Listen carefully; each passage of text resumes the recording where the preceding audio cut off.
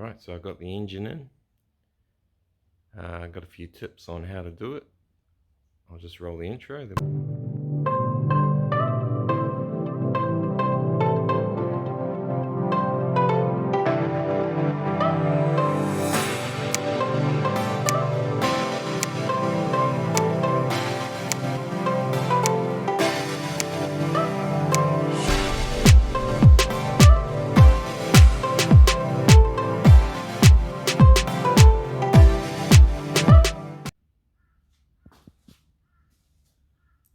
So I'm just lowering the engine in now.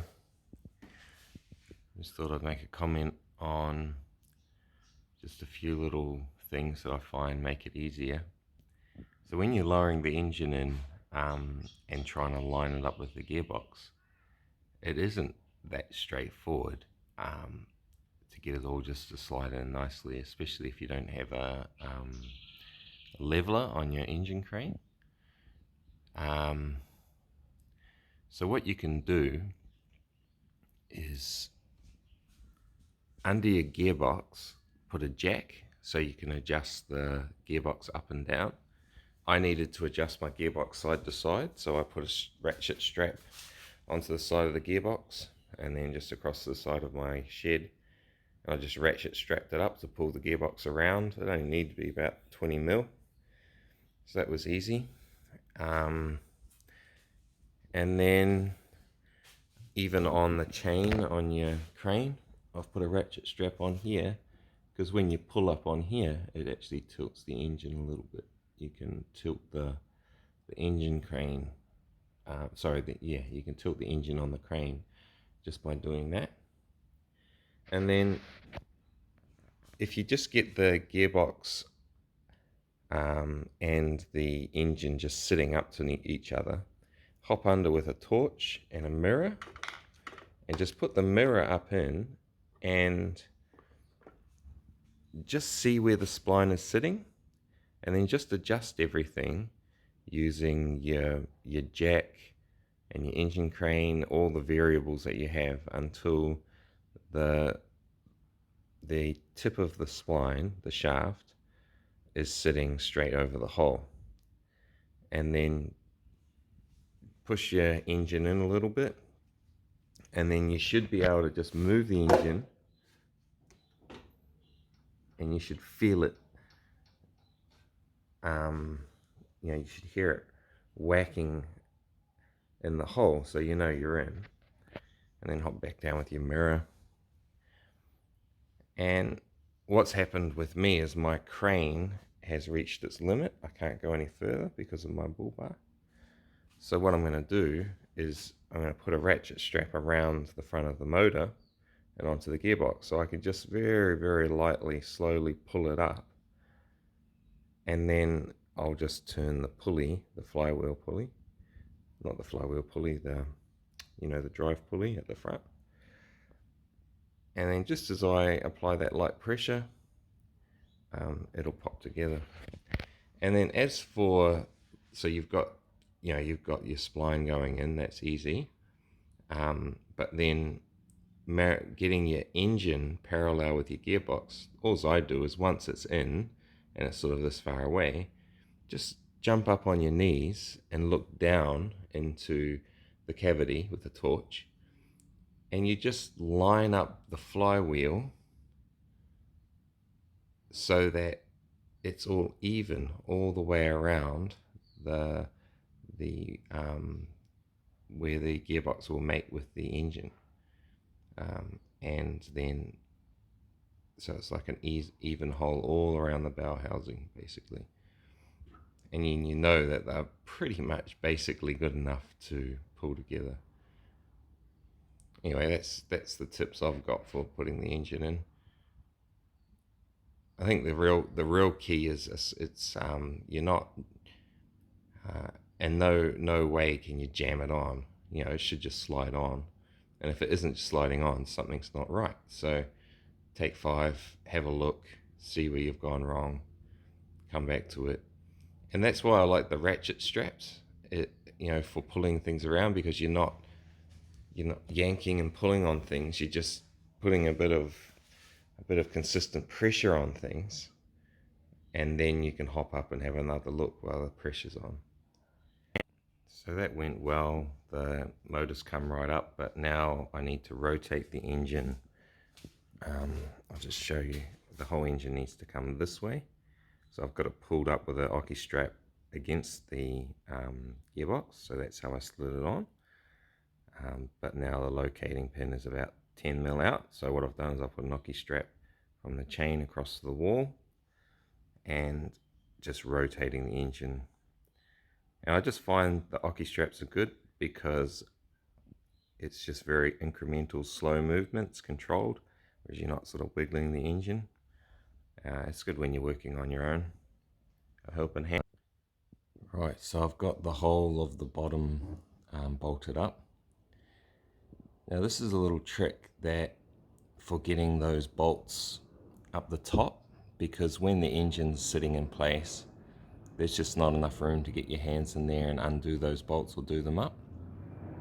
And man, I wish I knew this trick before I started. So when you are just starting the job and you've disconnected everything from the engine and you're ready to undo the gearbox, what you do is you don't, on your engine mount, so your engine mounts like this, don't just take the engine mount off. I'll just put it up here. Don't just take the bolt, the one that sticks out of here, off. Unbolt the engine mount off the actual block of the motor and this one, and take this piece out. And on the other side, leave all the bolts on the gearbox as they are. Connect your engine crane, that should have already been connected, sorry. And then lower the engine down through the engine mounts so that the engine is now going to be lower than it used to be. And what that will do is it will tip the whole gearbox down and create a gap between the firewall and the engine, and that gap will be big enough to get your hands in to undo those bolts.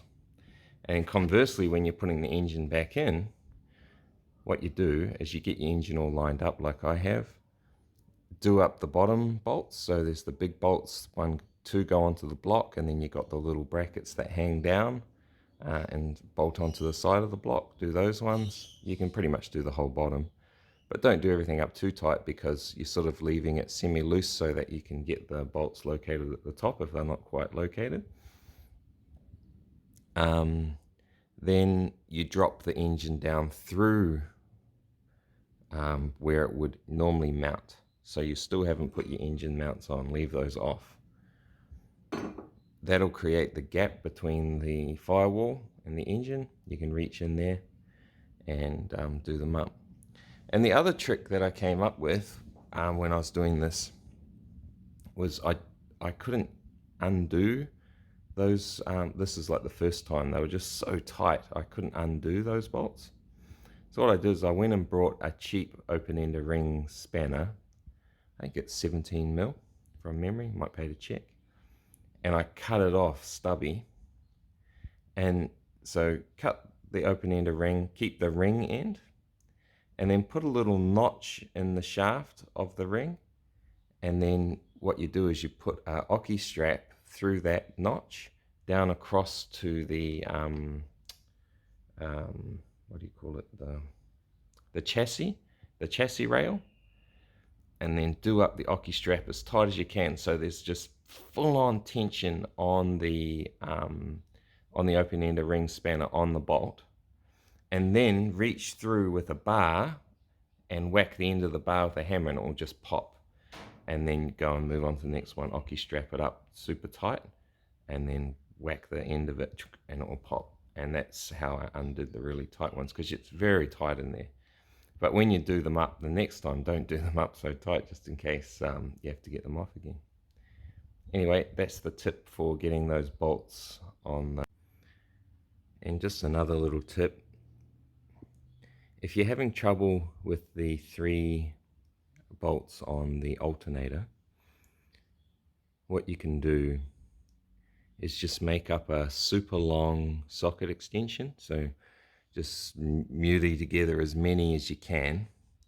It's a 17 mil.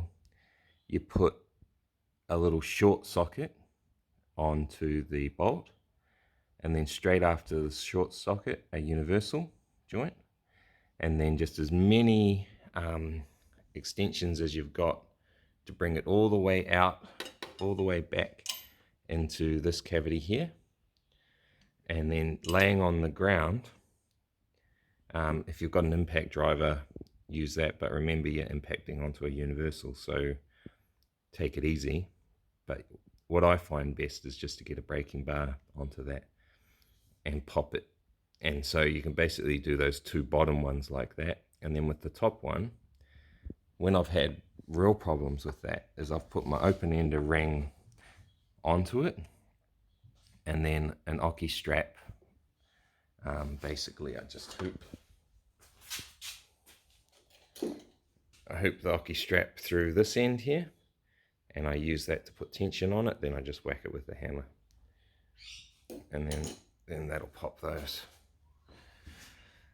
But apart from that, that's sort of all the tips for getting the engine in and out of the engine bay without having to worry too much. I think another tip, and this is sort of like a personal preference thing, is it's really nice to put an engine in and out with all your mates, but sometimes like the atmosphere can sort of amp up a little bit when you've got heaps of boys around and you're sort of rushing. But I think that's where I've gone wrong most times when I've pulled the engine in and out. You want to like you need help, but just keep the atmosphere nice and sedate so that you're sort of not ramming things on, because that's when it just goes south. Everything should just slide on nicely with this. It doesn't have to be forced on. It's when you sort of get to the point where you're ramming things in, that's when you're going to come unstuck.